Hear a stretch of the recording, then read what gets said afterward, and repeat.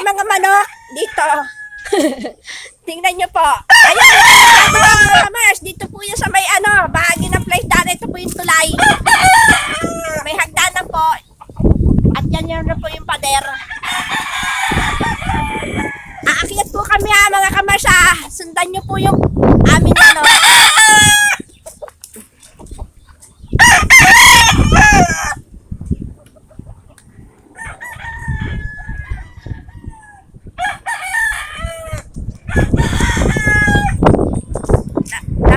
mapunta dito tayo sa yan.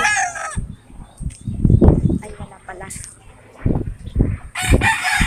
Eto na po kami mga kamars Eto po yung kabilang bahagi po nung kinunang ko mga kamars nung kabila doon.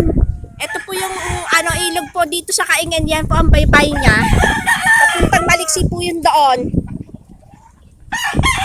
Di ba po? Napakalawak mga kamars. May aso pa doon. Nakakaraan na pala yung mga tao dito mga kamars. Thank you po mga kamars. Baka po mabaril kami dito.